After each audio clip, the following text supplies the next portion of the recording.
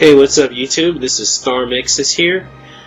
Before I get into my latest video, what that's going to be about, I did need to correct an error that I made in one of my previous videos. In the video, God Favors Atheist, I said that the reason Osama bin Laden attacked America on 9/11 was because he felt that our culture was polluting Islam.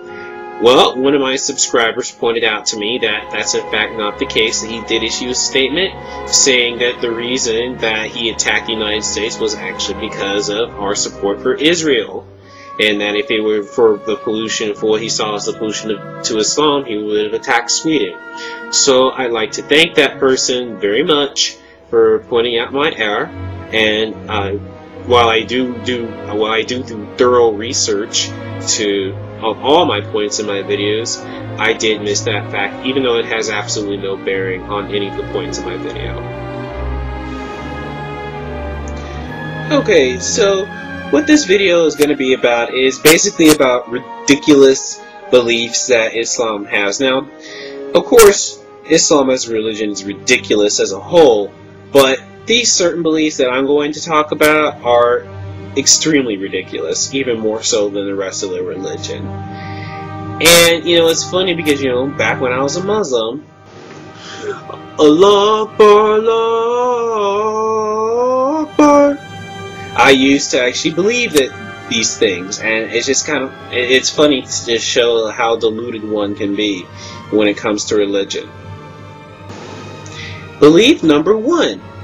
Brushing your teeth with a stick brings good luck. Now, of course, people will think, oh, he's making this up, but no, no, no. If we look at the Hadith, Volume 3, Book 31, number 154, from Bukhari, which means authentic, Aisha said, and the Prophet said that siwak, which means brushing your teeth with a stick, is purification for the mouth, and it is a way of seeking Allah's pleasures. Ada said, there is no harm in swallowing the resultant saliva. Now, just so you know what a siwak is, here's mine. I never used it, but it's a stick, and you chew it and basically use it to clean your teeth with. As you can see, it says here in the label, Plilu Miswak, nature's gift for total oral care. Now, the common Muslim defense against this will be, well, you're worshipping Allah by protecting His creation, which is your body, and keeping your mouth clean. However, most scholars agree that even though we have better methods of cleaning our mouths, for example, toothpaste, they still agree that Allah is most pleased with this crude middle-aged method of cleaning one's teeth. Ridiculous belief number 2. Genies snatch things when you sleep. Again, Volume 4, Book 54, number 533, Bukhari Hadith. So it means it's totally authenticated. You can't weasel their way out of that with that excuse. Says, narrated Jabir bin Abdullah, the Prophet said, cover your utensils and tie your water skins and close your doors and keep your children close to you at night, as the jinn spread out at such time to snatch things away. When you go to bed, put out your lights, for the mischief doer may drag away the wick of the candle and burn the dwellers of the house. Ada said the devils instead of the jinns. Ridiculous fact number 3. Allah made the stars as missiles to throw at devils. The Quran clearly states in Surah 67 verse 5, and we have from of old adorned the lowest heaven with lamps, stars, and we have made such lamps, stars, as missiles to drive away the evil ones, and have prepared them the penalty of the blazing fire. Ridiculous fact number 4. Meteors are simply angels attacking genies.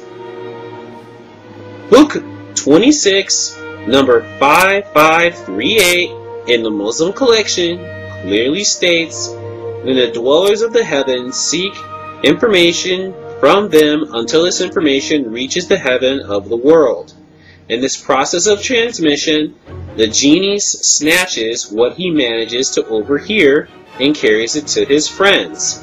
And when the angels see the genie, they attack him with meteors. If they narrate only which they manage to snatch, that is correct, but they alloy it with lies and make additions to it." Now, to the Muslims who take this shit literally, there's really nothing they can do. I've used nothing but authentic hadith sources and your own Quran.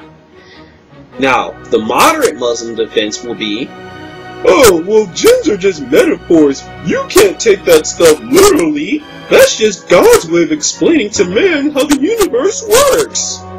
But this is bullshit.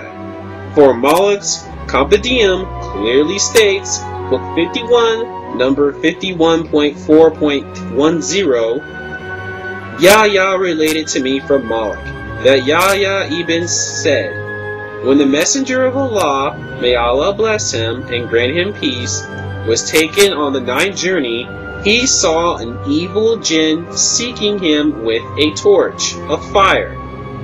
Whenever the messenger of Allah, may Allah bless him and grant him peace, turned, he saw him. Jabril, the angel, said to him, 'Shall I teach you some words to say? When you say them, his torch will be put out and will fail from him.'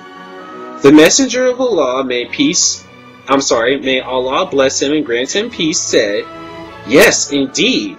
Jabril said, 'Say, I seek refuge with the noble face of Allah and with complete words of Allah, which neither the good person nor the corrupt can exceed, from the evil which descends from the sky and the evil which ascends in it, and from the evil what is created in the earth, and the evil what comes out of it, and from the trails of the night and the day, and the visitations of the night and the day, except for one that knocks with good, O merciful.' So, it is more than obvious that these creatures are meant to be literal beings that literally exist and can be seen. So, the obvious question to the Muslims is, where are these jinns now?